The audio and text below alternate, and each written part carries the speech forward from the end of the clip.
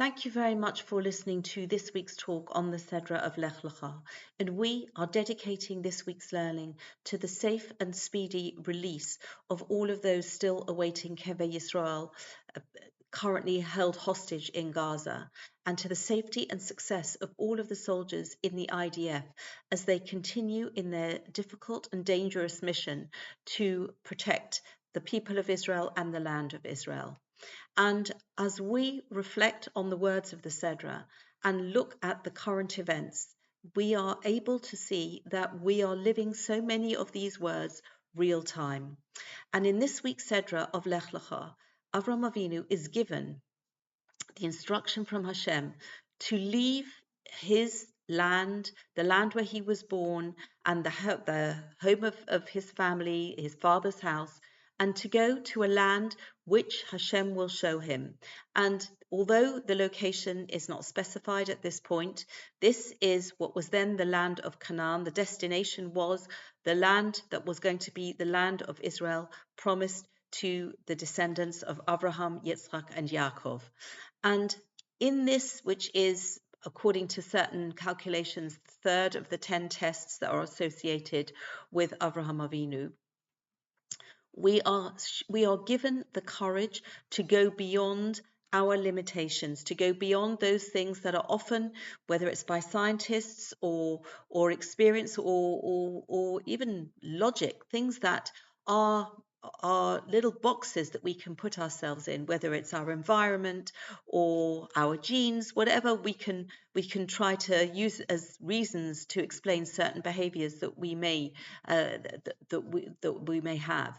And so Avraham Avinu is showing us, yes, these are powerful influences in our lives, but that doesn't mean that they define the limit that and they are the only choice that we can make. And this is something, as Avraham goes away, journeys away from these particular aspects of his life, he is showing us how we too can go beyond our certain limitations.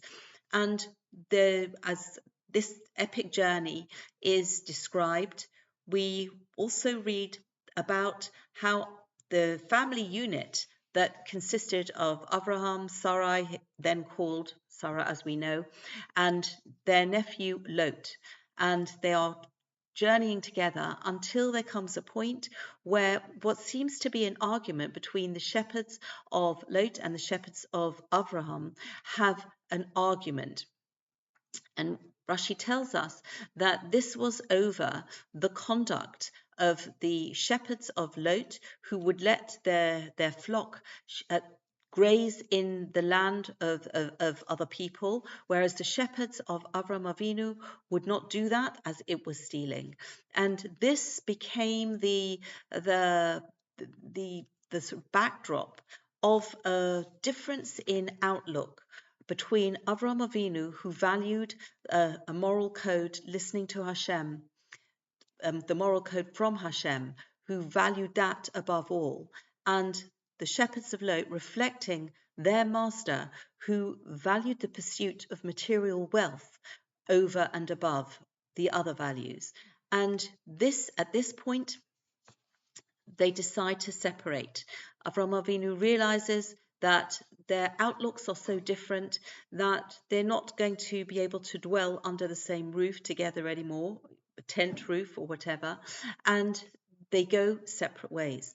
And then in chapter 14, there is the seemingly unrelated account of this war of 4 kings against 5 kings that are representative of 2 worldviews, both of these actually antithetical to the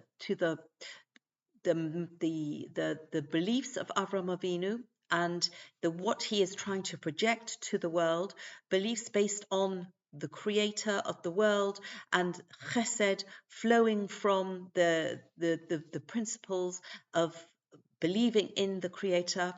And so as these 4 kings are representative of a worldview that is based on the supremacy of the human being, the incredible power of mankind, and really the fact that there is nothing above the brilliant man, nothing to contradict him, nothing that that he is necessarily answerable to. So there's that type of hashkafa that we see from these four kings, and led by Nimrod, who is midrashically explained as being one of these kings, and then the five kings who, led by the king of Sodom, are proponents of a worldview that stresses materialism and wealth above all else. That is their priority. That is their absolute value. And both of these couldn't be further from what Avraham Avinu is trying to develop and bring into the world. So we could say that there was absolutely no reason for Avraham Avinu to get involved in this which we could possibly call the First World War. However, somebody tells, a refugee comes to tell Avraham Avinu that Lot, who we have heard just previously, has separated from Avraham Avinu and gone his own way, both geographically and spiritually as well, has been captured, has been kidnapped, and how these words are really from today as well as then. And as soon as Avraham hears that, he goes on a mission to rescue his nephew. Now, we have to realize that Avraham, who is called Avraham HaIvri in these verses, and this is the first time that this term is used. This, and Rashi tells us that Ivri means from the other side, and it's referring to the river that Avraham had to cross when he carried out Hashem's instructions to leave the land of his birth and his family and go towards the land that Hashem is going to tell him. And on a deeper level, this was about being on the other side of the world. And the world that was serving idols, the world that was morally corrupt. And this is the world on one side, and Avraham Avinu as the trailblazer for truth, for belief in Hashem, for all of those standards that flow from this belief. He is firmly on the other side. And however, when he hears that his nephew has been captured, even though he is putting not only himself, but his mission, his whole life's purpose on the line, because this is a fierce battle and he could get killed in this battle. And with him, as at this point he has no descendant, he has no obvious continuation of a line that will perpetuate his mission, his values, and all of that could be just brought to a close. However, he does not hesitate. Avraham Avinu goes on this mission to save his nephew. And this is something that we can see that is happening today, as we are, our brave hero soldiers are fighting to bring back, however, thank God the live ones, with God's help, have been restored to us, but we are still waiting for those that require Keva Yisrael, a Jewish burial.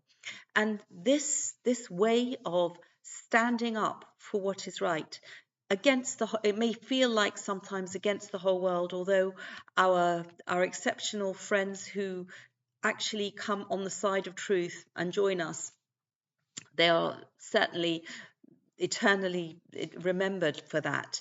But Avraham Avinu is handing over this energy to us today, and we can see it in examples, current examples, whether it's the mother of released hostage Bar Kupperstein, who gets a phone call from the terrorists to tell her that she's not doing enough to free her son from captivity. She needs to go to The Hague, and she needs to whatever demands she has to make so that Israel will do a deal with these evil terrorists. And she says to the terrorist who's holding her son captive to say, you are not, my son is not in your hands. He is in the hands of the creator of the world, and so are you. And the terrorist was actually congratulating Bar Kupashtin's mother that she had such clarity. She was standing up against this evil incarnate who is holding her son captive for 2 years. And since then, that this has been the mantra of the family, that we are in the hands of the creator of the world. And this is a legacy from Avraham Avinu, this Avraham Avinu who stands up for what is right, even though it's at risk to himself. It is more important that he is on the right side of good and evil. And just in today's paper, reading about a university professor, an Israeli university professor in City University in London in the UK, who is a professor of economics, and he is giving what he says himself. The economists are the people who make accountants look charismatic. Why should anybody come in and start haranguing in his lectures? And he is invaded by screaming thugs, as he calls them, and because he served in the IDF, and he's accused of genocide and screaming, and they threaten to kill him. And somehow all of this is happening without any kind of intervention, which I can't quite fathom, that nobody is marching these evil thugs off the premises forthwith. And he is interviewed on GB News, and he issues an apology in inverted commas, and he says he would crawl over cut glass to defend his people. He is proud of serving in the IDF. And really, again, the courage to stand up against the thugs who are threatening him and disrupting his lecture, and those cowardly, spineless officials from wherever, whether within the university or the police or whoever should have intervened to stop this. He is standing up alone against them. And he is, yes, thank God we have friends, and I believe so many people actually know that this is a war against good against evil, and they know exactly who the masked evil terrorists are. Yet still, that courage, that is energy that we get from Avraham Avinu and from the stand that he took in this war of the 4 kings and 5 kings. And in what seems to be a paragraph that does not bear any kind of relevance to where it is. After the king of Sodom is trying to negotiate that certain spoils of war Avraham can keep, but he just wants the captives back. And Avraham Avinu says, I'm not going to take anything from you, because I don't want it to be said that you made me rich. And then after that conversation with the king of Sodom, in chapter 14, of verse 18, we have the mention of Melchizedek Melech Shalem. Melchizedek, the king of Shalem, Hotzi lechem vayayin v'hu chohen le'el elyon. He brought out bread and wine, and he is the priest of the highest, of the Most High God. Vayevarchehu, and he blessed him. Vayomer Baruch Avram le'el elyon, and he said, blessed be Avraham to the Most High God, Konei Shamayim va'aretz, who possesses heaven and earth. Uvaruch el elyon asher migain tzorecha, and blessed be Avram, blessed be the Most High God, who has delivered your adversaries beyodcha, to your hand. Vayitein lo masa mikol, and he gave him a tithe from all. That is, Avraham gave Melchizedek as this priest. And in these words of Melchizedek, we hear the acknowledgement first of Avraham, who is a trailblazer for El Elyon, and this beautiful blessing, and then a blessing to Hashem, who acquires, who is the owner, the master of the world and all that's in it. And actually, this is from the mouth of Melchizedek, and the conduct as he gives these starving warriors the bread and the wine, the as recognizing their not because he was compelled, but because he recognizes that they took a stand against evil and rescued the captives. And the way that Melchizedek actually appreciates the miracle of Hashem, and how he has engineered that this result should take place, that Avraham should return victorious, and the idea that Hashem that Hashem is in control of everything. Hashem, this acknowledgement, this seeing of the truth, and how refreshing to have that, to for somebody to be able to behave consistently with that message, and to be able to in support Avraham Avinu in this way.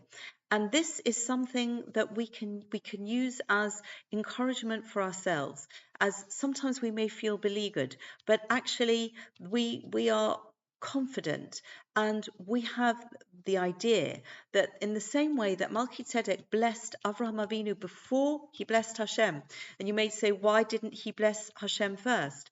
And we can understand it because Avraham Avinu is that conduit of bringing Hashem's light into the world, and he is getting the first blessing in that capacity from Melchizedek. And when we reflect on these events, when we reflect on these words, if we go back to the very beginning of the Sedra, we can see that, please God, the light of the truth, the light of good is going to shine brighter. And as we refer back to the beginning of the Sedra, when Avraham is given this instruction, Lech Lecha ma'artzecha, Hashem continues and actually says that through you, all of the world will be blessed. And this is in chapter 12, verse 2. Ve'escha lagoy gadol, and I will make you into a great nation. Ve'avarcha, and I will bless you. Ve'agad l'shemecha, and I will make your name great. Ve'heye bracha, and you shall be a blessing. Ve'avarcha mavarchecha, and I will bless those who bless you. U'makalalelcha or, and those who curse you, I will curse. Ve'nivruchu v'cha kol mishpachos ha'adama, and through you all the families of the earth will be blessed. And I think that these words echo in our deepest hearts and minds, and give us the energy that we need to fight against the evil that sometimes feels so all-pervasive. But knowing, just like Avraham Avinu was the trailblazer, we inherit his energy, we inherit his DNA, and please God, we should all live to see these words come true speedily in our time. Thank you very much for listening, and wishing everyone Shabbat Shalom.